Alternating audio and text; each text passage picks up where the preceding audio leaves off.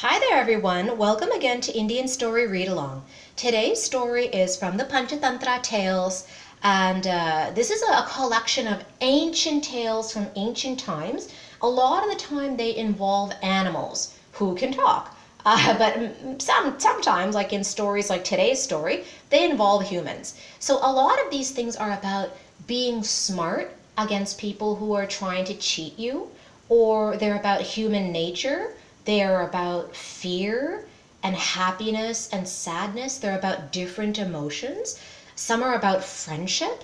It's all lessons about life, and they're all illustrated through these stories. So this story is called Dharmabuddhi and Papabuddhi. As you can tell from the names, maybe, Dharma means duty, and Buddhi means it actually means your sensibilities or your brains, the way you think. Dharmabuddhi and Papabuddhi. Papa means sin. And so Dharmabuddhi would indicate someone who is a very good, kind, generous, honest guy. Papabuddhi is always up to trouble, and he's trying to cheat other people. So you can tell these two friends, Dharmabuddhi and Papabuddhi, which guy's the good guy, which guy's the bad guy. In a certain village, there once lived two friends called Dharmabuddhi and Papabuddhi. Papabuddhi was a dishonest man, as we can tell. So there he is, sitting there.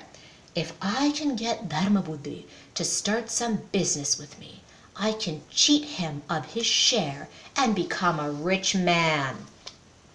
That's what he's thinking. So he went to Dharmabuddhi. Friend, I have an idea. Let us go out into the world and make some money.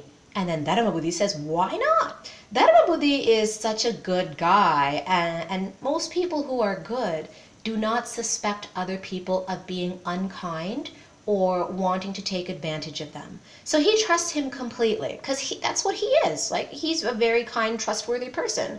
So he sees that in other people. So they set off toward the nearest town.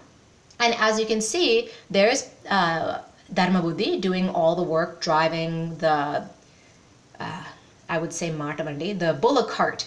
In Tamil it's Matavandi, the bullock cart, and Papabuddhi is just sitting in the back and relaxing and letting his friend do all the work. They soon made a lot of money and were on their way back home. Suddenly, Papabuddhi asked his friend to halt. A thought just struck me. It's not safe to take all the money back with us. Let us take only a small sum and bury the rest here, near that tree. And then Dharmabuddhi is like, yeah, quite right. Let's do that. Yeah, that's a good idea. He's just going along with him. So there you see them working. Hopefully Papabuddhi also helped shovel. He goes, there, now we need fear no thieves nor burglars. And he says that out loud. And then he's thinking to himself, and I can come back and collect it all. His share and his friend's share. They soon reached home. That night, sneaking back to the spot, he says, I hope no one sees me. I must be quick. But then the next day, Papabuddhi went to Dharmabuddhi's house. He says, friend, I have finished all my money. The next day? Like, really? I just noticed that. I've read this story hundreds of times. I just noticed it. The next day, he goes there and he says, friend, I have finished all my money. I didn't make that connection before. Let's go and fetch some more. And then Dharmabuddhi says, spent it all so soon. Well, let's go.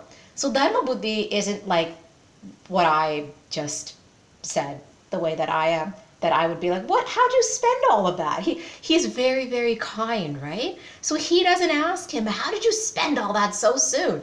He's like, oh, all right, you need some more. Let's go. But look, not only did Papabuddhi steal everything, now he is going to try to put the blame on Dharmabuddhi and make it like he stole everything. So off they went.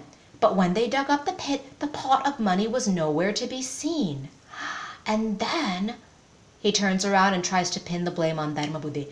Oh, Dharmabuddhi, you call yourself my friend? Return the money or I'll take you to the judge. Then Dharmabuddhi is really, really confused. He says, I am an honest man. How could you suspect me and you call yourself my friend? And that's like the most stern thing he said to him this entire story. So quarreling all the way, fighting, arguing all the way, they went to the judge. I didn't. You did. I didn't. You did. This man. And so the Papabuddhi says to the judge, and back then, there wasn't like any actual court of law where you had to make an appointment and file your papers and pay a fee and get a lawyer. And you just go to the old guy in the village. And it was just so much easier. Or you went to like a few old guys who were just sitting around in the middle of the village and they were only there to deal with everyone's problems. And that's what this is. Goes to the main old guy there, the judge. This man, and says, this man has stolen the money, says Papabuddhi. The forest god is my witness. He will speak the truth. Now, why would Papabuddhi say that unless he also had another plan? The judge says, all right, we will go to the forest tomorrow. So then, how is he going to cover this one? Papabuddhi went straight home to his father. Father, I have stolen Dharmabuddhi's money. Comes right out and says it. You will have to do as I say if I am to escape. And then the father is old, and then apparently he's just let Papabuddhi get away with everything since he was a child and never actually raised him properly. And he's kind of continuing this pattern now. He says, I'll do as you want me to, my son. Just says okay to everything, and this guy has never been held accountable for a thing in his life. The next morning, Dharmabuddhi, Papabuddhi, the judge, and the village elders went up to where the money had been buried. And then Papabuddhi, knowing his father is in the tree hollow there, see that black hole there? That's the hollow of the tree. So he says, oh tree god, tell us who the thief is. And then the voice comes from inside, Dharmabuddhi is the thief. So Dharmabuddhi might be kind and compassionate and honest, but he is also going to show right now that he is smart. While the others were busy discussing the case, Dharmabuddhi was busy collecting dried leaves and twigs. These he placed near the hollow of the tree and set them alight, set them on fire. As the fire rose into the hollow, out ran Papabuddhi's father, cutting a sorry figure, all burned and everything from all the smoke and ashes. And he runs out and tells the truth. It's all my son's fault. And then they're just like, Papabuddhi's father, well. Everyone knows everyone in this village. It's a small village. The judge understood all and was angry. The father's honest. He says, Papabuddhi made me do this. And then, this is kind of excessive, but he says, for this crime he shall be hanged on this very tree right now. That is also how they did things in the olden days. Unfortunately, there wasn't any jail, I think, and they couldn't keep him there. There wasn't any punishment, so that's what they ended up doing. The moral of the story is honesty is the best policy. Agreed.